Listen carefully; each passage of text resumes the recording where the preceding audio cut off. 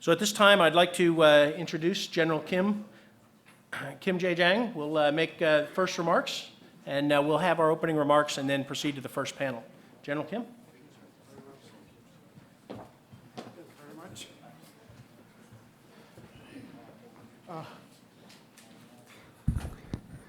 Thank you very much. Thank you very much for just all for participating in this conference.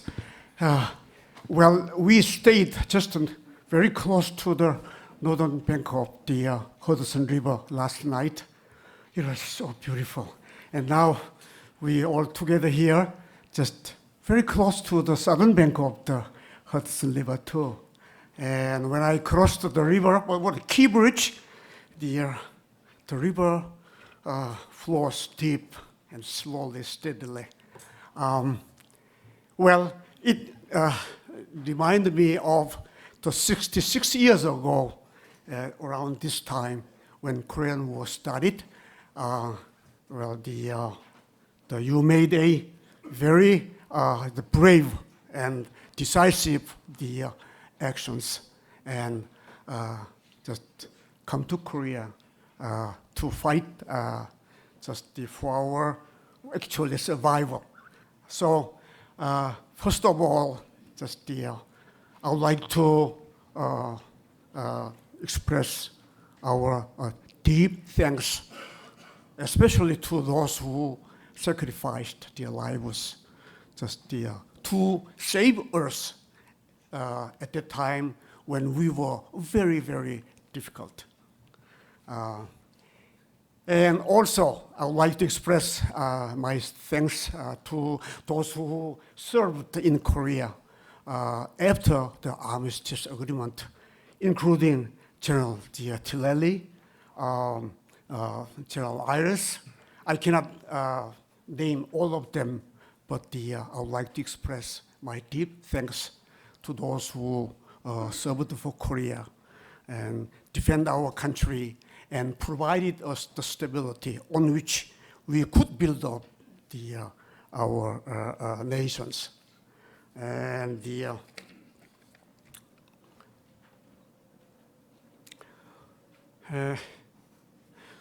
North Korea, I think, is in crisis in terms of its leadership and in terms of its international relations, and also in dealing with the growing desire of the people living in North Korea for change.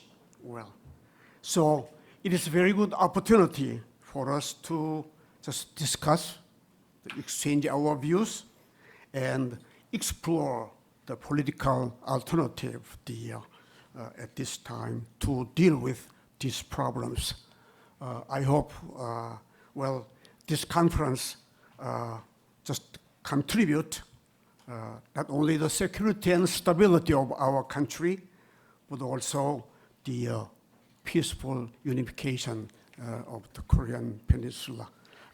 Again, I would like to thank you for all who contributed to this conference, especially the organizers of both sides and the co-host of this conference, including the Committee for Human Rights in North Korea and Korea Institute for National Unification, and above all, to the Center for Security Studies, Georgetown University, and the Philip and Patricia Bilden, the Asian Security Studies Fund. Thank you again for your participation.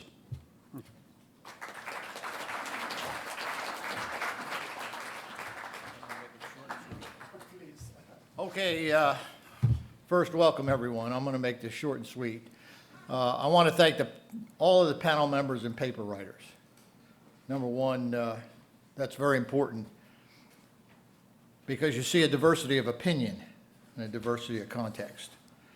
I think secondarily, I want to thank Dave Maxwell and Andrea.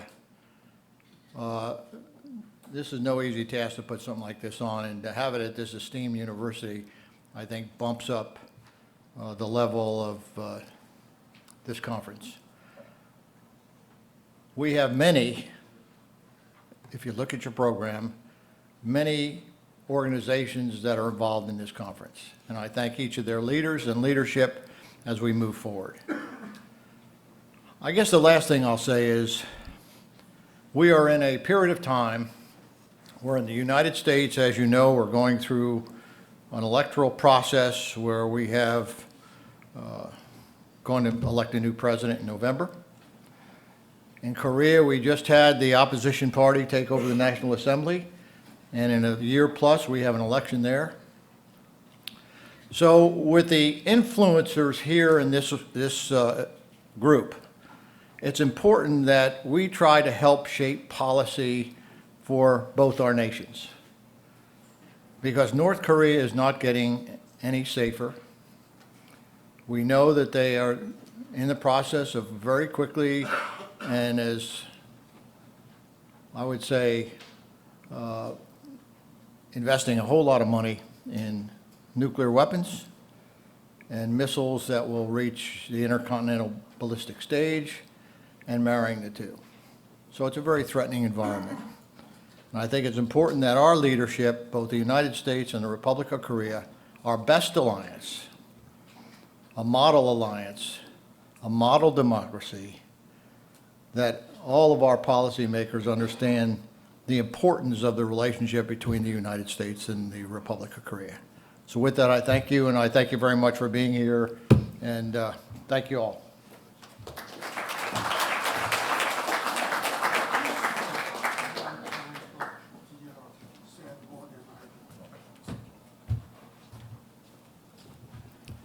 Good morning, ladies and gentlemen. I'm Park Hyung-jung, Vice President of Korea Institute for National Unification.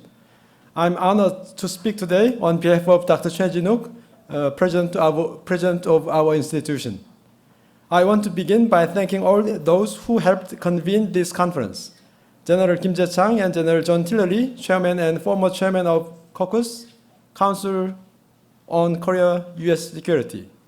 Professor Bruce Bechtol, President of ICS, International Council on Korean Studies, and Professor David Maxwell, Associate Director of the Center for Security Studies in the School of Foreign Service of Georgetown University. I congratulate sincerely the convention of this 31st seminar by Caucus on very important contemporary topics on security problems on the Korean Peninsula.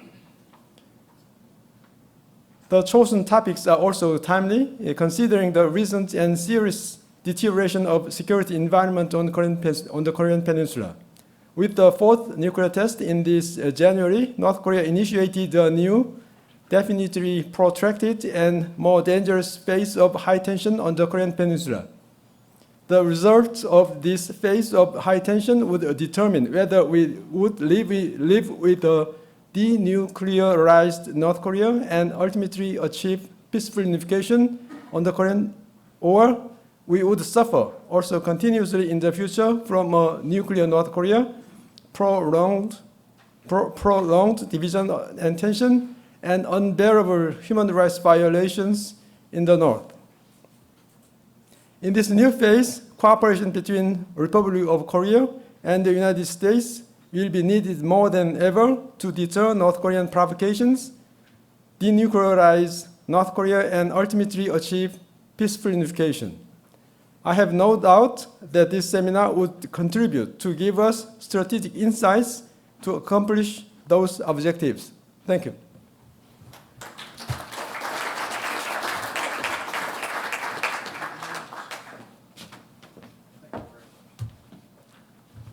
I'm the last guy. Oh, Davis, sorry. How y'all doing? I'm Bruce Bechtol. I'm the president of the International Council of Korean Studies, and I'd just like to speak a couple of minutes about our organization. We are an absolute nonprofit. We're made up of businessmen, NGO leaders, professors, doctors, lawyers, with one mission, and that's to advance Korean studies in the United States. And the way that we do that is we have a conference like this every year. We co-host with our partner organization, the Council on U.S. Korean Security Studies, every other year, and we have a conference on our own every other year. And we publish twice a year a peer-reviewed academic journal.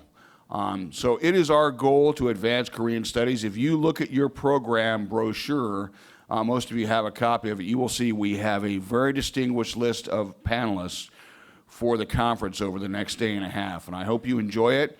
Welcome. And before I step down, I'd just like to thank all of our board members for the International Council of Korean Studies. Would you all please stand up?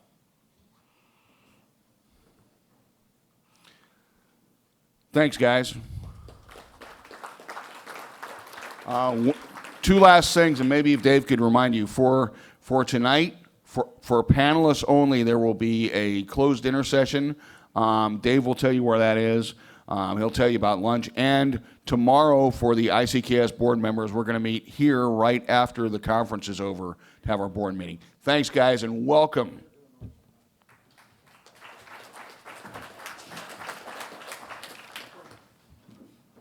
Well, good morning again. As I said, we're very pleased to co-sponsor this conference. The Institute, or the International Council on Korean Studies, and our benefactor, the Philip and Patricia Build-In Fund for Asian Security Studies, have really complementary missions, which is to bring attention to Asian and Korean security issues, and as Bruce Bechtol said, influence the next generation of analysts, policymakers, scholars, and practitioners.